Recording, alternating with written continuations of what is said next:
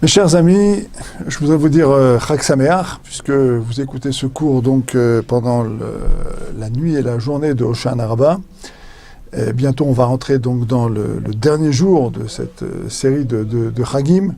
On va rentrer dans le jour de Simchat Torah, Shmini Atzeret et Simchat Torah. On conclut l'année avec Simchat Torah. On conclut le cycle des fêtes avec Simchat Torah. Et d'année en année, on conclut le cycle de la Teshuvah avec Simchat Torah. Alors, ce qui est étonnant, c'est qu'on ne fait pas Simchat Torah, la fête de la Torah, la joie de la Torah, à Shavuot. Ça aurait été particulièrement bienvenu que le jour du don de la Torah, on organise une grande Séouda, un grand repas, une grande fête, dans laquelle on dise, voilà, on a terminé un cycle de lecture de la Torah et on démarre un nouveau cycle. Mais il n'en est rien. On le fait à Hoshana, enfin on le fait du moins à la fête de Sukkot, donc à Shmini Atzeret.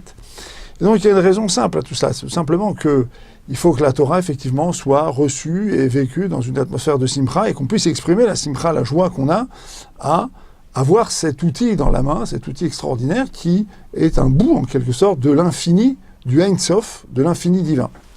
Alors, ce qu'il faut essayer de comprendre maintenant, c'est un autre point. Durant le mois de Elul, on a fait Teshuvah. Qu'est-ce que ça veut dire ? Ça veut dire qu'on a examiné notre conduite, on a essayé de prendre des décisions, et puis, durant les Aseret Yom Teshuvah, durant les 10 jours de Teshuvah, puis plus tard, les 5 jours qui nous ont séparés de Kippour jusqu'à Sukkot, puis pendant Sukkot même, on a vécu 3 grands moments de relation avec Hachem. On est passé par la crainte, on est passé par l'apaisement et la préparation dans une atmosphère d'élévation, et puis on est passé dans la joie. Et en fait, maintenant on se pose la question qui revient en fait chaque année. Chaque année, avant Rosh Hashanah, on se pose la question qu'on doit se poser finalement lorsqu'on termine le cycle des fêtes. C'est à ce moment-là qu'il faut se la poser. Il ne faut pas se la poser à Rosh Hashanah, il faut se la poser chaque année. On a pris des décisions, mais est-ce qu'on va réussir à les mettre à exécution ? Quand on regarde le passé, on voit qu'une grande partie des décisions que nous avions prises, nous n'avons pas réussi à les mettre à exécution. Nous faisons souvent un bilan négatif de ce que nous avions décidé de faire. Mais bon, finalement, on n'a pas tellement réussi, ça n'a pas tellement bien marché. Et donc, on est un petit peu coincé. On se dit, finalement, qu'est-ce qui me garantit que cette année, je vais pouvoir avancer ? Alors, il y a un très joli exemple qui a été donné par un des grands maîtres du Moussar, qui s'appelait l'exemple de l'équilibriste. C'est quoi l'équilibriste ? C'est le monsieur qui marche sur un fil, suspendu, par exemple, entre 2 immeubles, et puis qui marche doucement, pas après pas, et qui va donc traverser un espace sur un fil, et puis qui doit arriver donc d'un point à l'autre. Évidemment, c'est extraordinairement dangereux, il est à 30 mètres, 40 mètres, 200 mètres au-dessus du vide, il est suspendu, et il avance. Alors, pourquoi l'exemple de cet homme-là peut-il nous servir ? Il y avait un grand rabbi de la Chassidut, le rabbi de Pshisra, qui expliquait cela, avec on va citer son explication, avec l'explication donc de ce grand géant du Moussar. Il disait la chose suivante. Il dit, d'abord, si vous faites attention, vous allez regarder un point, qui est un point quand même assez extraordinaire. C'est que le trapéziste, il part d'un point et il arrive à un autre point, ces 2 points sont à la même hauteur. Mais entre les deux, le trapéziste s'enfonce. Et ensuite, vers la fin, il remonte. Il dit, c'est exactement la même chose pour nous pendant l'année. Qu'est-ce qu'on fait pendant l'année ? Pendant l'année, on a l'impression qu'on s'enfonce. On a l'impression finalement qu'on n'arrive pas à mettre à exécution ce qu'on s'était promis de faire. On a l'impression de perdre. On a l'impression de perdre des batailles. On s'enfonce. Mais qu'est-ce qui se passe à la fin de l'année ? Grâce au mois de Elul, qui est le mois qui précède la fête, on commence à remonter. Et en fait, quelle est la fonction du mois de Elul ? C'est tout simplement de stopper complètement une chute éventuelle. Chaque année, on a rendez-vous avec l'ascension. Chaque année, on va à nouveau monter. Et en fait, Kippour, Rosh Hashanah avant et Sukkot, ce sont les fêtes qui, chaque année, nous permettent en quelque sorte de refaire le plein. Il y a eu en quelque sorte une remise à niveau. Et là, maintenant, ce sont des fêtes qui nous permettent d'être à un niveau spirituel extraordinaire, donc de refaire le plein. Ça, c'est ce qu'on peut apprendre de l'équilibriste. Puis il y a autre chose qu'on peut apprendre de l'équilibriste. C'est que l'équilibriste, il avance pas à pas. Comme on dit, il met le talon à côté du pouce, le pouce à côté du talon. Il est extraordinairement concentré. Il ne dévie pas de son objectif. Il avance petit à petit. Il a les bras écartés. Si jamais il fait des mouvements inconsidérés, si jamais il commence à faire n'importe quoi, il tombe. Il doit calculer ses gestes. Et il avance. Surtout, il avance. Il ne peut pas rester immobile sur la corde. S'il reste immobile, il tombe. Il est obligé d'avancer.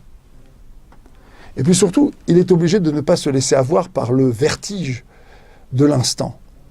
Vous savez qu'il y a ce qu'on appelle le vertige de l'instant. On vit parfois, dans notre vie, des moments qui nous donnent le vertige.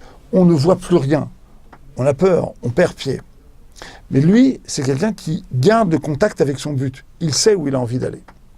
Alors les géants du Moussar disaient que cet équilibriste, finalement c'est nous. C'est vous, c'est moi, c'est nous tous. Finalement, c'est ça l'aventure de la vie. On passe sur un fil, ce fil est extraordinairement étroit, mais il faut avancer avec pas après pas, avec méthode, en gardant un objectif, et ne pas oublier que si à un moment donné le fil s'enfonce, c'est qu'à la fin, c'est pour mieux remonter. Il y a une station qui s'appelle Elon. Et en fait, la question centrale qui se pose, c'est finalement, comment est-ce qu'on peut garder cet objectif? Alors, il y a une méthode, et une méthode qui est une méthode absolument infaillible, c'est tout simplement d'étudier. Pourquoi? Parce que nous prenons beaucoup de décisions dans beaucoup de domaines. Ça peut être dans le domaine financier, ça peut être dans le domaine de la conduite personnelle, ça peut être dans le domaine de la relation avec son épouse, avec son époux, avec les enfants, dans l'éducation. On prend un certain nombre de décisions. Mais finalement, à quoi est-ce qu'on ressemble quand on prend ces décisions? Alors, le sabbat de Novardok lui donnait un exemple. Et donc, qu'est-ce qu'on fait? On change d'attitude. On va changer de posture. Alors, il dit, ça ressemble à la situation du monsieur qui désire aller à Varsovie. Il prend le train pour aller à Varsovie. Et puis donc, le train avance, et puis d'un seul coup, on lui dit, vous savez, monsieur, que ce train va dans la direction contraire à Varsovie. Il ne va pas à Varsovie, il va dans la direction contraire. Alors qu'est-ce qu'il fait le monsieur? Il se lève, il se tourne, et il s'assied sur le siège d'en face. Il dit, maintenant, je suis dans la bonne direction. Oui, mais le train, lui, il continue à avancer dans la mauvaise direction. Comment est-ce qu'on peut se situer dans un train qui soit le train de la bonne direction, se situer sur la bonne direction? C'est là la question, c'est ça l'enjeu. L'enjeu, c'est d'être dans la bonne direction. Alors, comment est-ce qu'on peut être dans la bonne direction? Tout simplement par l'étude. Pourquoi? Parce que dans les décisions que nous prenons, il y a nécessairement, comme le dit d'ailleurs le Sha'arei Teshuvah de Rabbeinu Yonah, il dit que Hachem va nous aider au-delà de ce que nos forces naturelles peuvent nous prédisposer à faire. Et donc, dans ce que nous allons faire, il y a nécessairement, comme j'allais commencer à le dire, une Siyata d'Ishmaïa, une aide du ciel. Personne ne peut faire Teshuvah, personne ne peut avancer dans l'existence s'il n'a pas une aide du ciel. Bon, très bien, mais alors comment on fait pour avoir l'aide du ciel? On reste assis, on est extatique, on est dans la béatitude, dans la contemplation, qu'est-ce qu'on fait? Qu'est-ce qu'on fait pour obtenir l'aide du ciel? Eh bien, tout simplement, on parle le langage du ciel. Mais c'est quoi le langage du ciel? Le langage du ciel, c'est le langage de l'étude de la Torah. Lorsque Hachem a donné la Torah, au mont Sinaï, il a donné un kli chemda. Il a donné un ustensile cher. Il a donné un cliché, Waya Mishta chez Abo, lui en quelque sorte l'utilisait. Il le met à la disposition des hommes. Le Ramban Nachmanide, dans son introduction sur le commentaire de la Torah, sur son commentaire de la Torah, dit que toute la Torah, ce ne sont que des noms d'Hachem. Il y a deux niveaux de lecture de la Torah. Il y a le niveau qu'on appellera en français événementiel, le niveau de la halakha, le niveau de la loi, le niveau de ce qui nous est révélé dans les mots, dans les phrases, dans les psukim de la Torah, et de tout ce que les mefarshim, les commentateurs, donc, vont extraire, de tout ce que la Gemara va extraire. Ça, c'est un niveau. Mais il y a un deuxième niveau, dit le Ramban, qui est qu'on peut recomposer les mots de la Torah, et en fait, on va s'apercevoir que la Torah, ce ne sont que des noms divins. Alors, c'est quoi un nom divin? Un nom divin, c'est un mode d'intervention de Dieu. Par exemple, on dit Hachem, il est Elohim. Elohim, c'est valeur numérique, Ateva, la nature. Hachem, il maîtrise toutes les forces de la nature qu'il a créées. Il intervient dans la nature. Hachem, il est Kel Shakai. Kel Shakai, ça veut dire qu'il est Meshaded et Tamarachot. Il détruit, il invalide momentanément ou durablement un certain nombre de systèmes. Et il fait que l'individu va pouvoir transcender un système dans lequel il est pris. Avraham Avinu, il ne peut pas avoir d'enfant. Hachem lui dit, Ani Kel Shakai. Et t'as l'air Lefana et Tamim. Soit intègre, avance devant moi, moi je suis avec toi, je suis Kel Shakai, tu ne peux pas avoir d'enfant, je vais faire en sorte que tu puisses avoir un enfant. Donc, Hachem, en quelque sorte, a des systèmes d'intervention. Parmi ces systèmes d'intervention dans sa création, il a des shebot, des noms. La Torah, c'est une suite de noms divins. Quand nous prions tous les matins dans le schéma, on demande à Kadosh Baruch Hu de connaître son Shimcha Gadol, on veut connaître ton grand nom. C'est quoi ton grand nom? C'est la Torah. C'est-à-dire que la Torah, en fait, c'est le lieu de rencontre, en quelque sorte, entre Hachem et nous. On parle sa langage, on parle ses mots à lui. Bereshit, bara, Elohim, et Hachamim, ve'et haaretz. On parle des mots ici qui ont une valeur absolument infinie. C'est ce langage-là qu'on parle quand on étudie la Torah. Et quand on parle le langage des Chachamim, le langage des sages, en étudiant la Gemara, en étudiant la Halakha, en étudiant tous les textes qui expliquent la Torah écrite, eh bien, on parle le langage de ceux qui ont le mieux compris le langage d'Hachem. Donc en fait, qu'est-ce que c'est étudier la Torah? Étudier la Torah, c'est tout simplement maintenir un courant de relations ininterrompues avec l'intelligence divine. Vous savez que pour avancer dans la vie, comme on vient de le dire, on veut faire teshuva. Pour faire teshuva, il faut qu'on ait une aide qui soit qui aille très au-dessus de nos forces naturelles, de ce qu'on est capable de donner. Il faut qu'on bénéficie d'une aide qui puisse en quelque sorte transcender un petit peu nos inclinaisons naturelles. Mais pour l'avoir, il faut avoir une bracha, il faut avoir une bénédiction. La bracha, c'est pas la tzlacha. La bénédiction, ça n'est pas la réussite. La bracha, c'est la bénédiction, la tzlacha, c'est la réussite. Souvent, les gens confondent la bénédiction et la réussite. La réussite, c'est le résultat d'une poussée mathématique. On fait un certain nombre d'efforts et on obtient un certain résultat. La bracha, c'est autre chose. La bénédiction, c'est cette espèce de surcroît de rencontres, de gains, d'événements positifs qui vont arriver dans notre existence, mais qui ne dépendent absolument pas de ce que nous avons fait. Ils viennent comme conséquence, en quelque sorte, non gérés par nous. Et en fait, quand on va étudier, qu'est-ce qui va se passer? On va bénéficier d'une bracha. Alors, comment cette bracha, elle peut se poser? Parce qu'il y a une mathématique dans les choses. Les choses ne viennent pas par hasard. Il n'y a rien dans la Torah qui soit strictement magique, qui vienne comme ça. Il y a une mathématique des choses. Alors, Rabbi Tzadok HaKohen, dans Tzidkat HaTzadik, dans le paragraphe 263, dit quelque chose d'extraordinaire. Rabbi Tzadok de Lublin, donc il a écrit ce livre, Tzidkat HaTzadik, qui est une suite d'aphorismes, de petits textes, dans lesquels il parle de la Avodat Hashem, du service divin. Alors, il dit quelque chose d'absolument extraordinaire. Il dit on voit que la Torah, elle constitue en quelque sorte ce qu'on appelle, quand l'homme va décéder, la Chalouka des Rabbanan. C'est les mitzvot que l'homme a fait, et la Torah qu'il a avec lui, c'est en quelque sorte le vêtement qui le recouvre. Il dit maintenant, l'homme, il a deux sortes de ta'anoug, il a deux sortes de délices dans le monde, qui sont des délices qui sont en quelque sorte clairement séparées. Il y en a un qui est plus ou moins physique, qui en fait parle finalement de notre relation au monde. Alors on va faire du chesed, on va faire des actes de bonté, on va faire de la tzedaka, on va entreprendre toute une série de faits, gestes, démarches qui vont nous permettre d'aider les autres. Ça, c'est Gmilut Chassadim. Mais il y a un autre type de démarche qui est l'étude de la Torah. Il dit, dans l'étude de la Torah, il y a quelque chose de spécial. C'est que le ta'anoug, le délice qu'on peut ressentir, c'est l'âme qui le ressent. C'est-à-dire qu'au moment où, après avoir étudié, après avoir peiné sur une page de Gemara, ou un passage du Shulchan Aruch, du Code de loi, ou des versets de la Torah, des psukim, des commentaires de Rashi, toutes sortes de textes, on va découvrir quelque chose, on va intégrer une vérité, on va intégrer un enseignement, on ressent quelque chose qui n'est pas de ce monde. Parce que le délice qu'on ressent n'est pas un délice intellectuel, purement intellectuel. C'est un délice psychique, mental, spirituel, intellectuel. Il intègre une dimension psychologique, c'est la dimension de l'effort. Il intègre une dimension qui est une dimension mentale. J'ai transformé mon univers mental.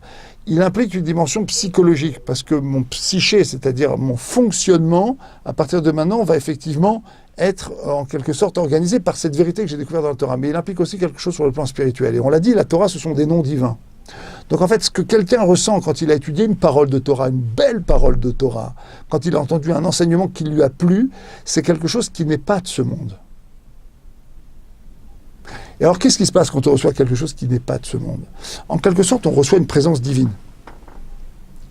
Et c'est ce qui explique le mieux la raison pour laquelle il y a une bracha incompréhensible, une bénédiction incompréhensible autour de tout ce qui concerne les yeshivot, les académies talmudiques, les kolélim, les endroits dans lesquels on étudie la Torah. Pourquoi, dans ces endroits-là, il se passe quelque chose de spécial?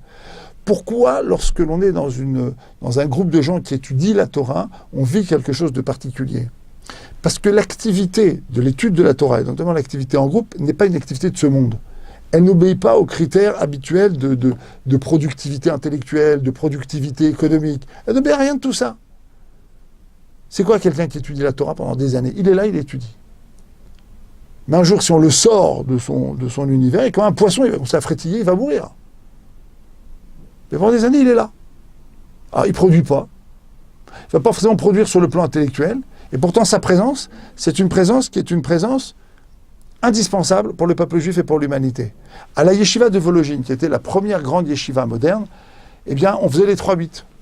On étudiait en permanence la Torah. Pourquoi? Parce que la Torah tient le monde. Et le natif de Vologine avait d'habitude de faire l'aller-retour entre la yeshiva et les dortoirs pour que les bachoui, pour que les jeunes qui avaient étudié puissent rentrer sans avoir de la neige jusqu'aux genoux. À Vologine, c'est comme ça qu'on étudiait la Torah. Quelle est l'importance de l'étude de la Torah? Simplement qu'elle permet au monde de fonctionner. Bishvil Torah chez Nikra Reshit. Hachem a donné le monde pour la Torah qui s'appelle Reshit, qui est un principe primordial, mais pas seulement dans le fait qu'on l'accepte et qu'on accepte d'accomplir ce qui est marqué dans la Torah, mais aussi et surtout par le fait qu'on accepte de l'étudier. Qu'on accepte de faire de l'étude de la Torah une activité centrale dans notre existence et qu'on accepte de faire de l'étude de la Torah une activité centrale dans le peuple juif. Alors évidemment, je ne voudrais pas décevoir certains d'entre vous en leur rappelant, décevoir parce qu'ils se sentiraient un petit peu frustrés, mais les Coréens eux-mêmes ont compris l'importance de l'étude de la Torah. Ils sont allés aux sources de ce qu'ils appellent l'intelligence juive, le génie juif, et puis ils ont dit, la source finalement, c'est vrai que depuis 200 ans, il y a beaucoup de gens qui sont très intelligents, qui ne sont pas religieux, mais la source de l'intelligence juive, c'est le Talmud. Donc ils ont voulu savoir comment on étudie le Talmud. Alors ils ont imprimé en coréen des livres donc avec des textes du Talmud, avec des textes de Moussard, d'éthique, etc. Et puis ils les étudient. Alors ce qui est intéressant, c'est la réaction des journalistes israéliens qui demandent « Mais est-ce que vous auriez vu des choses que nous, on n'a pas vues ?» Et le Coréen répond donc aux journalistes israéliens, il dit « Oui, nous, on est parti à la source de l'intelligence juive. La source, c'est le Talmud. C'est là-bas que c'est né. Depuis des centaines d'années, les Juifs étudient le Talmud. Alors, vous avez, des prix Nobel. Peut-être que ces prix Nobel ne sont pas tous des gens qui étudient le Talmud, mais ils viennent d'un peuple dont l'intelligence s'est forgée dans le Talmud. Le Talmud, c'est quoi? C'est la Torah orale. C'est quoi la Torah orale? C'est l'expression de la Torah écrite. C'est ce qui est masqué dans la Torah écrite.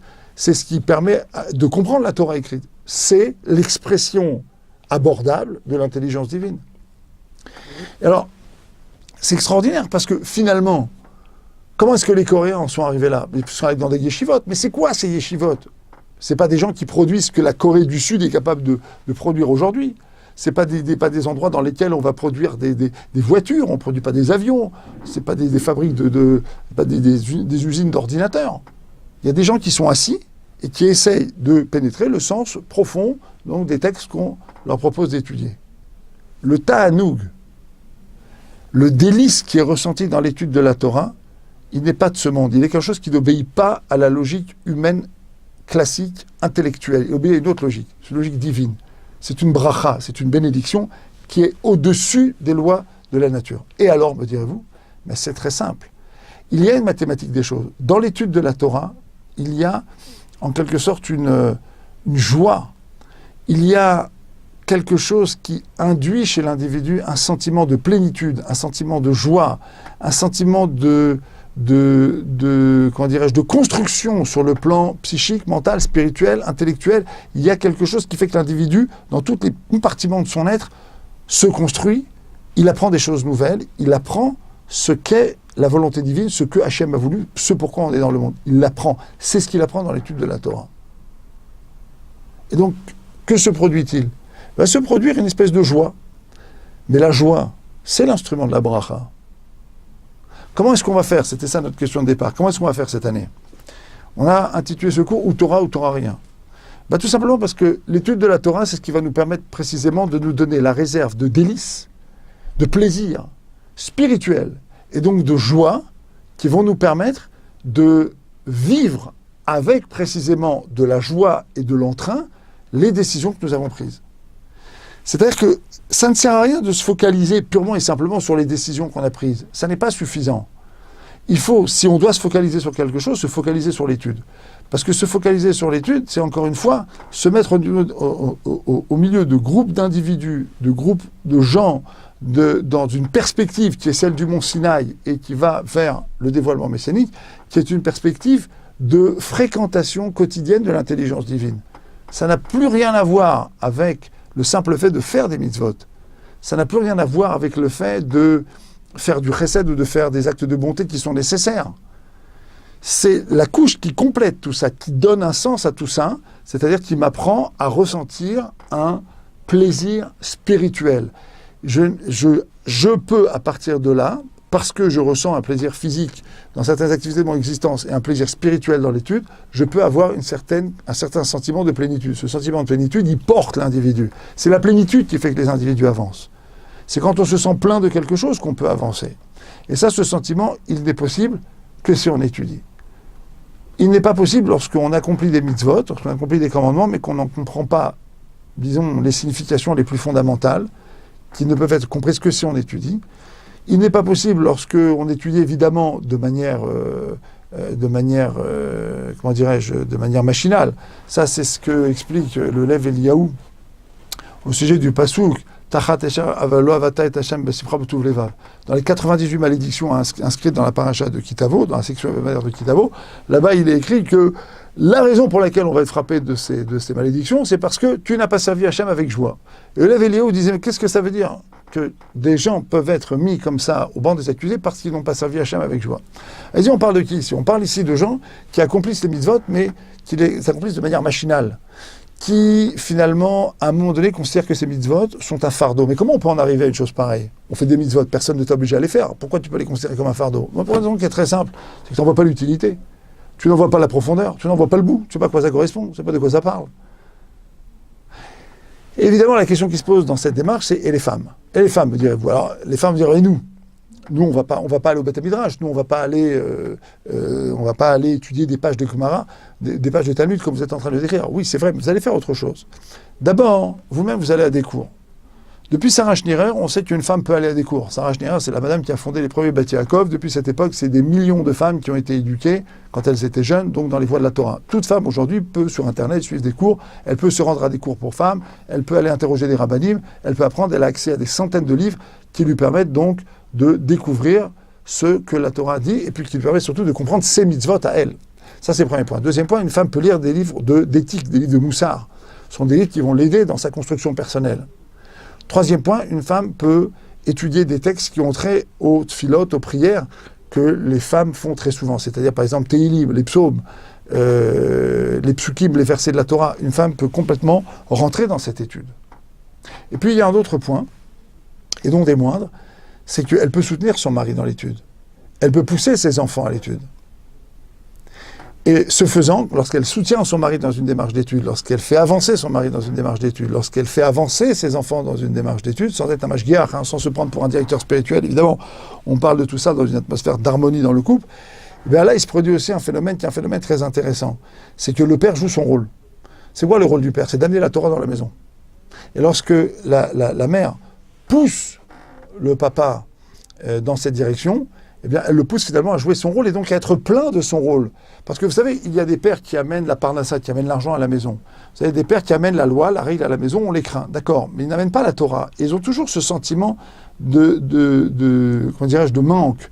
Comme si en quelque sorte, ils ne faisaient pas tout ce qu'on leur avait demandé. Vous savez, comme force, nous disposons du corps, de l'âme, et très souvent les forces psychiques, mentales, elles trouvent de quoi s'exprimer dans la vie. Mais s'il n'y a pas de Torah, s'il n'y a pas d'études, il n'y a pas ce sentiment d'accomplissement qu'on a quand on utilise toutes les forces de son spectre personnel. Et dans le spectre personnel, il y a l'âme. Permettre à son mari d'aller étudier la Torah, à ses enfants d'étudier la Torah, c'est leur permettre de vivre à 100%. Quelqu'un qui vit à 100%, il donnera aussi à 100% dans la maison. Et ce crédit-là, il est mis, ce mérite-là, est mis au crédit de la femme.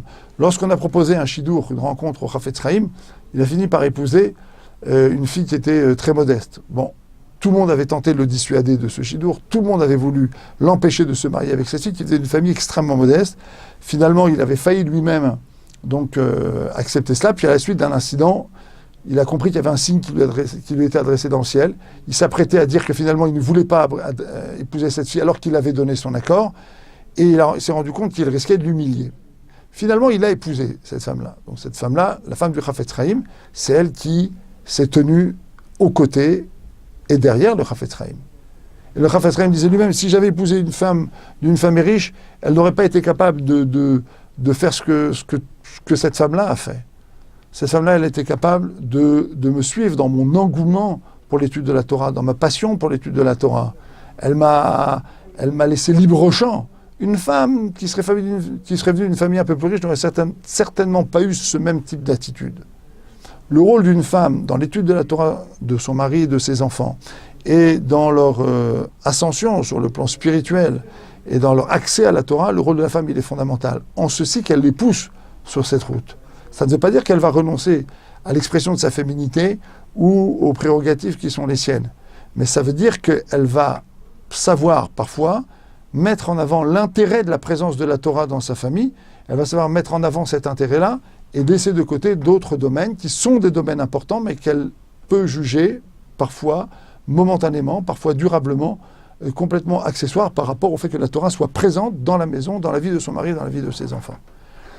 Et qu'est-ce qui va se passer? Il va se passer tout simplement cette bracha, cette bénédiction, qui est simplement liée à Vembechukotai Telechu. Si vous êtes Amélim Batorah, si vous donnez la peine dans l'étude de la Torah, si vous faites de la Torah l'activité centrale de votre existence, si vous donnez à la Torah toute sa force, toute sa légitimité, eh bien vous lui donnerez également la possibilité de vous apporter toute la joie qu'elle peut apporter. Et effectivement, la joie et le sentiment d'accomplissement, c'est quelque chose qui porte l'individu. Lorsqu'on choisit de faire des mitzvot, on peut très très vite tomber dans l'impression que ces mitzvot constituent une gêne. Ah, j'avais prévu quelque chose, mais à Kippour, j'ai pris sur moi 2. Ah, j'avais prévu quelque chose, mais finalement, j'avais prévu que je ferais ceci ou cela. Ça devient un poids. Ce qui donne la profondeur à ce choix, c'est l'étude. Parce que ça me donne le sentiment, justifié, réel en fait, de me relier aux sages des générations précédentes qui, eux, ont expliqué et dévoilé le sens profond de ces mitzvot. Je m'inscris dans une chaîne et je visualise cette chaîne depuis le Mont Sinaï. J'appartiens à la chaîne du Mont Sinaï. Je visualise cette chaîne. C'est ça la bracha. Dernière histoire que je voudrais vous raconter, elle est adressée aux madames, mais c'est pour vous montrer que une femme peut avoir un rôle clé. On raconte que donc la femme de Rav Eliashiv, alors qu'elle était déjà très malade, eh bien une fois son petit-fils qui dormait à la maison, elle était très malade, il fallait quelqu'un donc pour l'aider, l'a retrouvée sur le balcon en train de tousser. Alors il lui a dit, mais mamie, pourquoi tu restes là en train de tousser? Pourquoi tu n'as pas toussé dans ton lit? Elle a dit, parce que si je tousse dans mon lit, peut-être que je vais réveiller son mari c'était Rav Eliashiv, Alav Shalom, et demain il va être fatigué, il ne pourra pas étudier. Et moi je dois faire attention à son étude. Voilà ce qu'une femme peut faire pour l'étude de la Torah de son mari. Voilà ce que la Torah dans un foyer peut donner comme place à un homme, à une femme. Voilà ce que la Torah peut faire. Et encore une fois, les gens dont on parle ici sont des gens qui, lorsqu'ils ont démarré leur existence, étaient, on va dire, des gens qui venaient certes de familles d'érudits, mais ça n'a pas toujours été le cas. Et puis c'était des gens qui avec simplicité, avec courage, ont décidé d'entrer dans une voie. Alors il faut savoir que même si on n'est pas forcément promis à la grandeur de Rav Eliashiv ou du Chafetz Chaim, si Hachem les a mis dans le monde, c'est qu'eux jouent un peu le rôle de poteau indicateur. Pourquoi il y a des gdolim dans le monde? Pourquoi il y a des grands s'ils sont inaccessibles? C'est tout simplement parce que eux, ils sont comme en quelque sorte des poteaux indicateurs. Ils indiquent une voie. C'est-à-dire qu'ils nous disent finalement, voilà la voie à suivre. Si vous suivez cet exemple-là, vous avancez dans votre problématique à vous. Il ne s'agit pas ici d'imiter Rav Eliashiv ou d'imiter le Chafetz Chaim. Il s'agit ici de comprendre qu'il y a un chemin qui nous est indiqué. C'est-à-dire qu'il y a un possible qui est ouvert devant nous.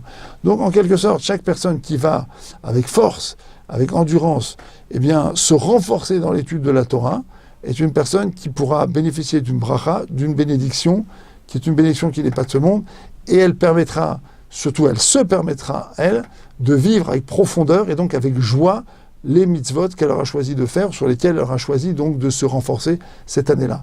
Et il faut comprendre que, comme le disait David Ameler, Ifdu et Hashem besimcha, la clé de la réussite dans tout, dans la vie, dans le service divin, dans les mitzvot, la clé de la réussite, c'est de servir Hashem dans la joie.